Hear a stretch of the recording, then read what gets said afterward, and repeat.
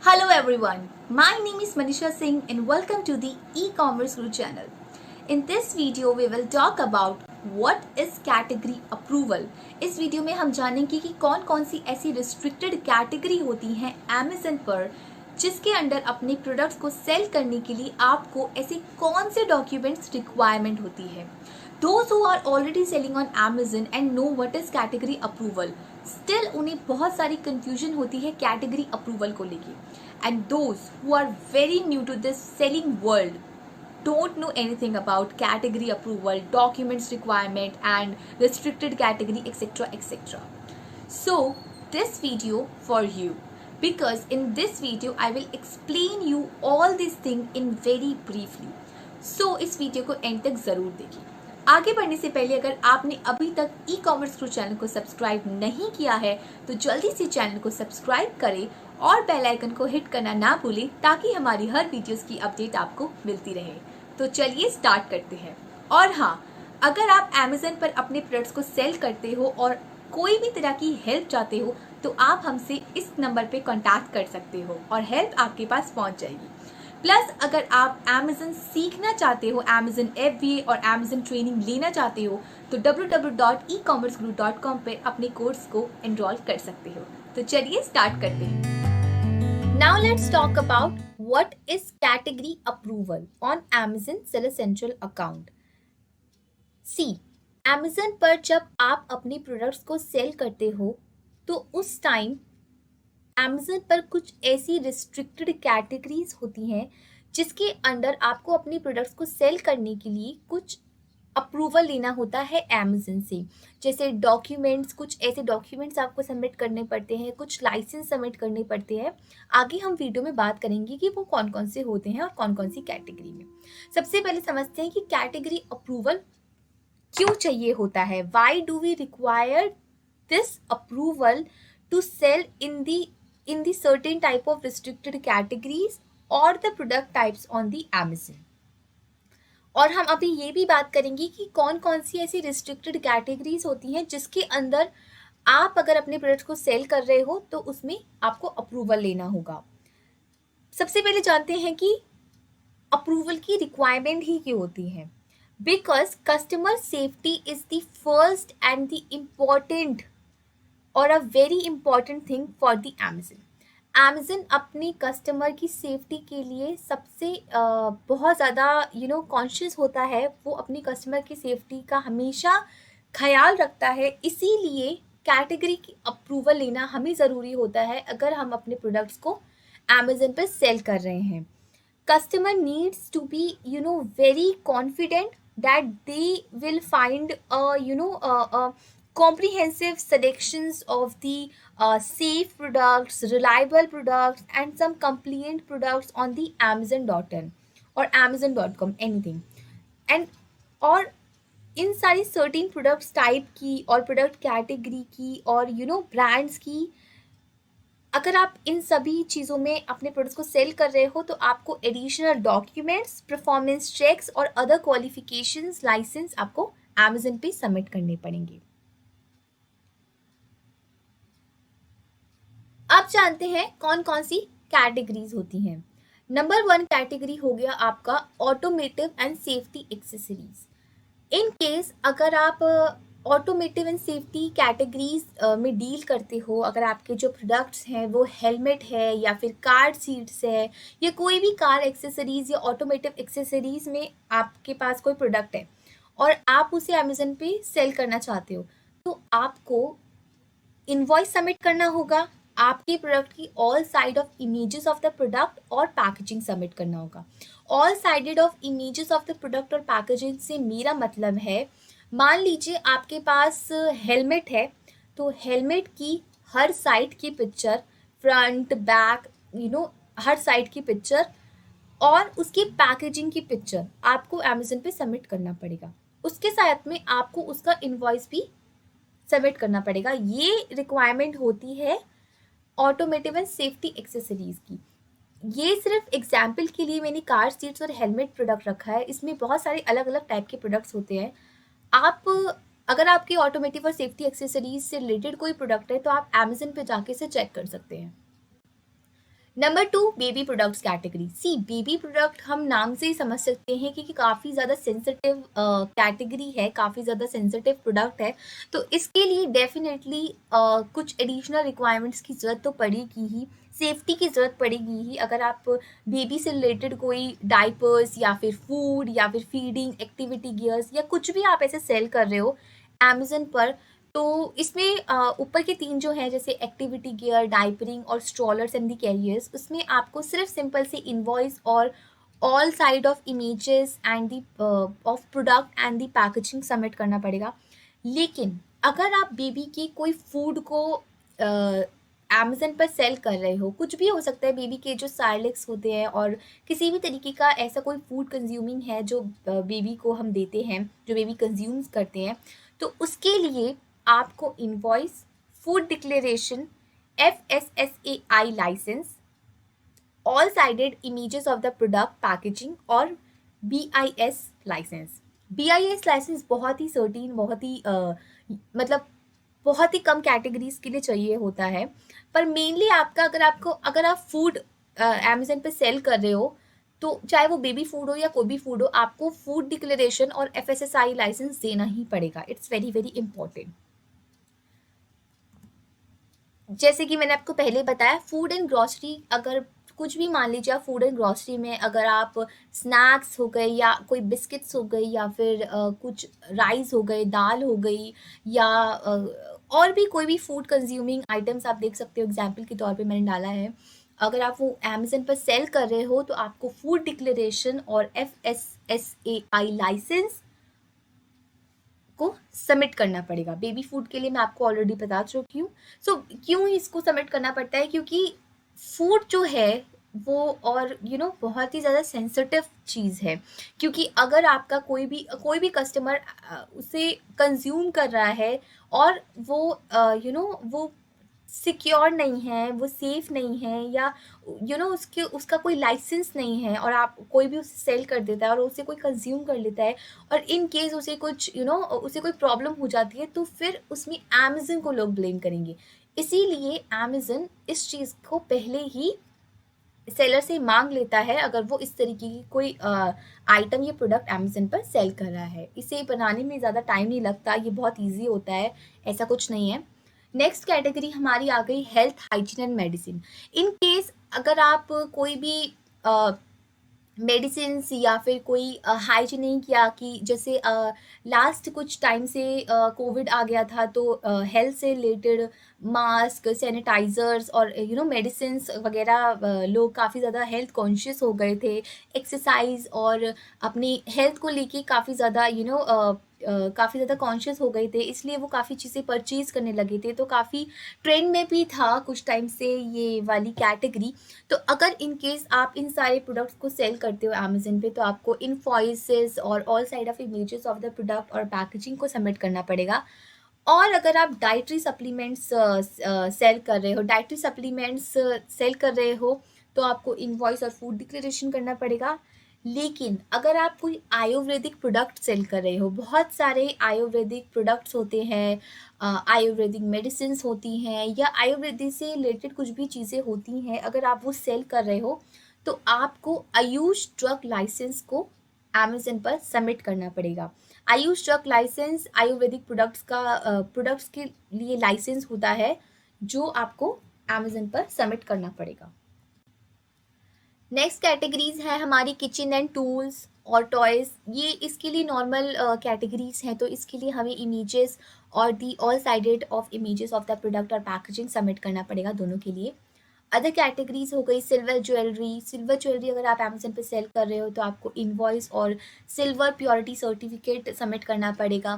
सो इस तरीके की कोई भी कैटेगरीज होती हैं। अगर आपके प्रोडक्ट इन किसी भी कैटेगरी में आते हैं, तो आपको ये चीज़ एश्योर करनी पड़ेगी उसकी सेफ्टी से रिलेटेड, उसकी उसकी ऑथेंटिसिटी से रिलेटेड, उसकी प्योरिटी से रिलेटेड, उसकी किसी भी चीज़ से रिलेटेड, कि वो एकदम ठीक है, अच्छी कंडीशन में है, कोई प्रॉब्लम नहीं है, कोई भी कस्टमर उसे ईजिली कंज्यूम कर सकता है, या कोई भी कस्टमर उसको ईजिली बाय कर सकता है। और तो आपको इस चीज़ को देखना पड़ेगा। नाउ अब मैं आपको कुछ ऐसी कैटेगरीज का एग्जाम्पल देती हूँ जिसको आपको सबमिट करने के लिए रिक्वेस्ट आप अप्रूवल कैसे कर सकते हो ये हम जानेंगे। Applying to list a new products in categories that require approvals.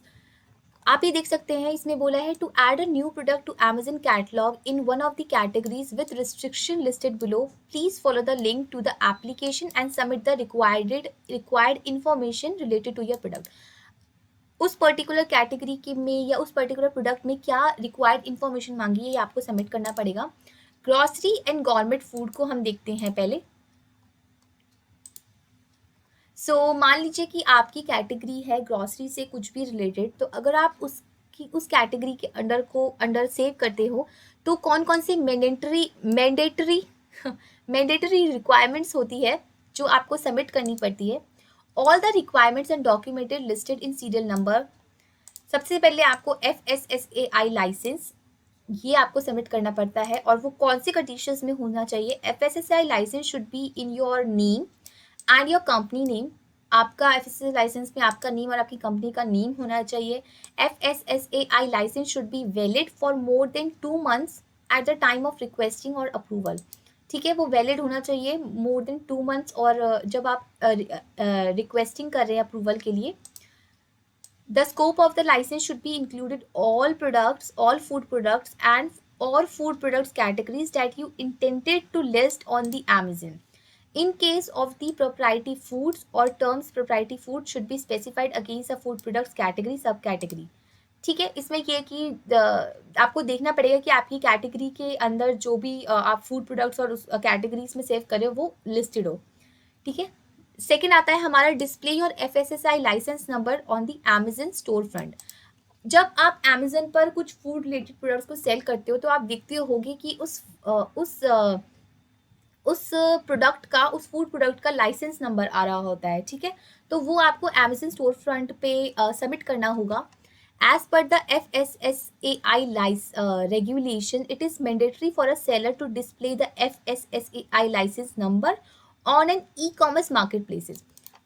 ये रेगुलेशन FSSAI जो रेगुलेशंस है उसके अकॉर्डिंग कोई भी सेलर अगर फूड रिलेटेड प्रोडक्ट्स को सेल कर रहा है तो उसको अपना जो नंबर होता है, लाइसेंस नंबर होता है, वो ई-कॉमर्स मार्केट प्लेस पर डिस्प्ले करना ही होगा। It is very important. ठीक है, ये मैंडेटरी है, इसमें ना नु की कोई बात नहीं है, मैंडेटरी है तो आपको करना ही होगा।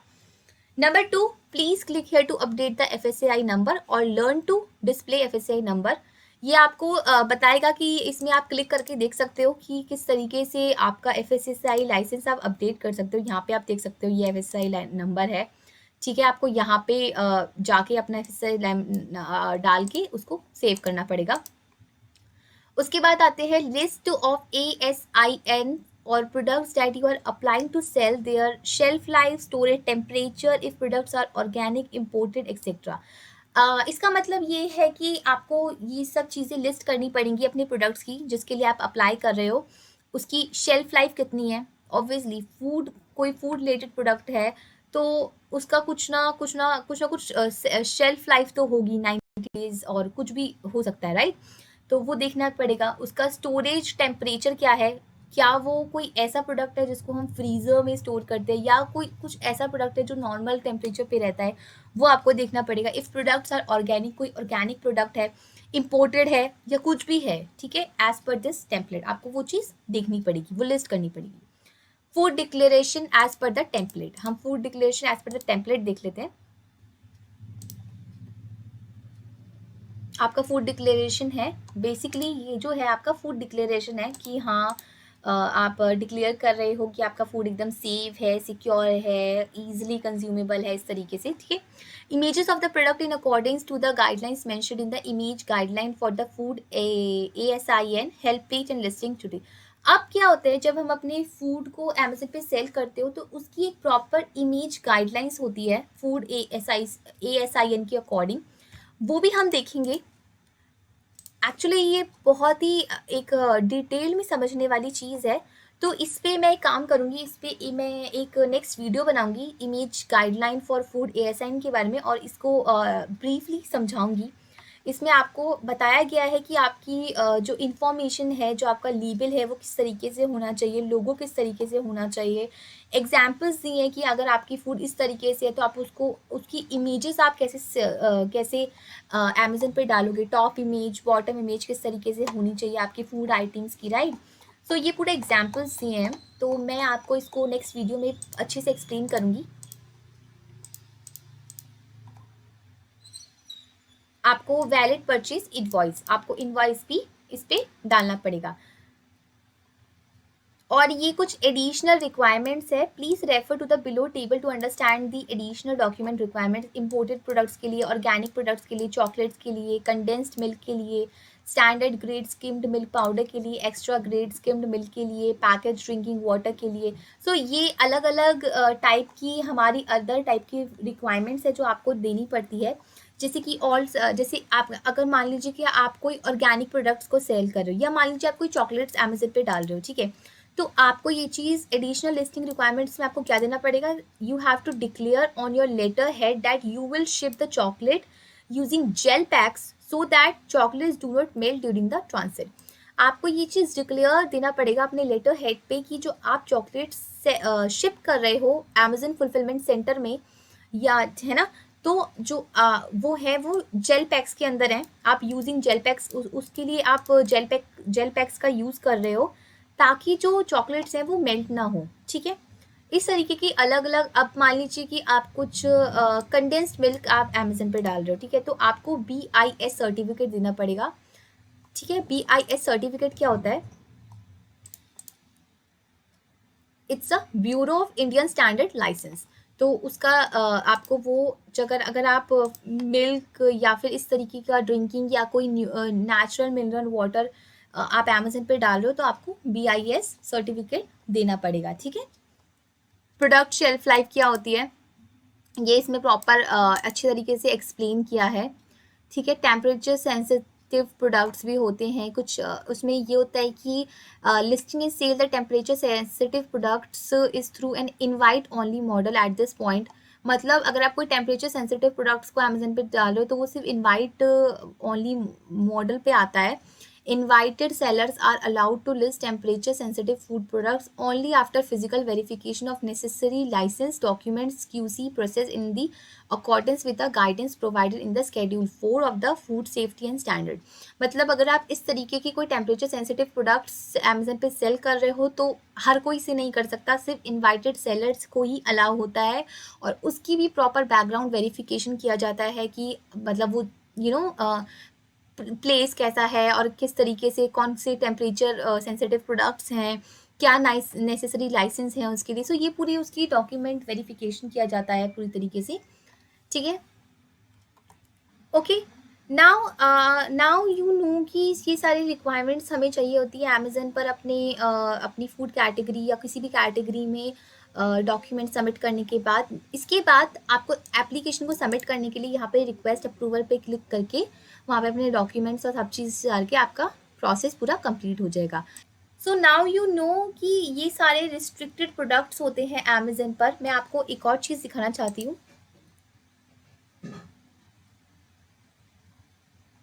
ये आपकी overview of the product types and categories है, पूरी आपकी कैटेगरीज हैं जिसमें आपको अप्रूवल्स की रिक्वायरमेंट होगी। आपका यहाँ पे ये आपके प्रोडक्ट टाइप हो गए कि कौन कौन से आपके प्रोडक्ट टाइप होंगे। जैसे कुक टूल्स में आपके एग्जाम्पल्स भी दिया है, ब्लेंडर्स हो सकता है, फूड प्रोसेसर हो सकता है, स्लो कुकर्स हो सकता है, ठीक है। इसमें से कुछ भी अगर आपका प्रोडक्ट टाइप है, cook tools, baby diapering, baby activity gear, baby stroller जो मैंने आपको पहले बता दिए, kids and baby furniture, learning tools, infant tools, toys, learning toys, infant toys, outdoor and sport toys, toy building blocks, car seat, feminine hygiene, medical supplies, topicals, helmets, pet care, personal and safety household। उसके examples यहाँ पे दिया है कि अगर pet care है तो pet care में जैसे पेट फूड और पेट ग्रूमिंग प्रोडक्ट्स हो गए। Personal safety and household में face mask, hand sanitizers, hygiene alcohol, disinfecting wipes, मतलब ये एग्जाम्पल दिया है, ये आपका प्रोडक्ट टाइप है, ये आपका एग्जाम्पल्स है। रीसेलर रिक्वायरमेंट्स क्या है, आपकी इनवॉइस आपको देना पड़ेगा, images showing all side of of your products and packaging and ये है रीसेलर। अगर आप रीसेलर हैं तो, अगर आप मैन्युफैक्चरर हैं तो आपको क्या सबमिट करना पड़ेगा, images showing all sided of your products and packaging. ठीक है, अगर आप कोई डाइटरी सप्लीमेंट्स कर रहे हैं, प्रोडक्ट टाइप है और उसमें से जैसे हेल्थ सप्लीमेंट्स हो गया या हर्बल टीज हो गई, तो आपको ये सारी चीज़ें सबमिट करनी पड़ेंगी। आपको इनवॉइस सबमिट करना पड़ेगा, फूड डिक्लेरेशन सबमिट करना पड़ेगा, FSSAI लाइसेंस सबमिट करना पड़ेगा, display of your valid FSSAI licence number on the seller store front पे आपको सबमिट करना पड़ेगा। ठीक है, अगर आप रीसेलर हैं तो यहाँ पे रीसेलर रिक्वायरमेंट्स हैं आपकी। अगर आप मैन्युफैक्चरर तो आपको ये सबमिट करना पड़ेगा।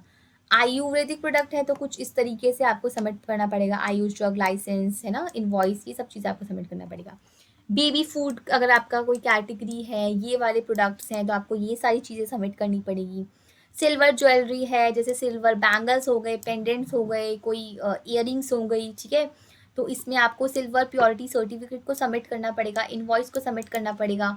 ठीक है, अगर आप मेजर अप्लाइंसेस है, जैसे AC होता है, रेफ्रिजरेटर्स होते हैं, वॉशिंग मशीन्स होती हैं, डिश वॉशेस होती हैं, TV होती है, ठीक है, तो अगर इस तरह की कोई चीज़ है तो आपको मेजर अप्लाइंसेस डिटेल्स की देख लेते हैं एक बार। मेजर अप्लाइंसेस डिटेल्स आपको सबमिट करनी पड़ती हैं, उसका एक अलग प्रोसेस होता है, पूरा journal guidelines for selling large appliances, ये आपको पूरा पढ़ना पड़ेगा इन केस अगर आप कोई TV या रेफ्रिजरेटर्स वगैरह सेल कर रहे हो तो। म्यूज़िक हो गया तो जैसे CD और DVDs होता है तो इनवॉइस और लाइसेंस फॉर राइट ओनर्स को सबमिट करना पड़ेगा। ठीक है, तो ये सारी चीज़ें हैं। इस वीडियो को एंड तक देखने के लिए thank you so much guys. जाने से पहले वीडियो को लाइक, कमेंट एंड शेयर करना ना भूलें। अगर आप हमसे जुड़ना चाहते हैं तो आप हमें फॉलो कर सकते हैं हमारे इन सभी सोशल मीडिया चैनल पर और पूछ सकते हैं अपनी कोई भी query. So bye bye guys, मिलते हैं नेक्स्ट वीडियो में। Take care.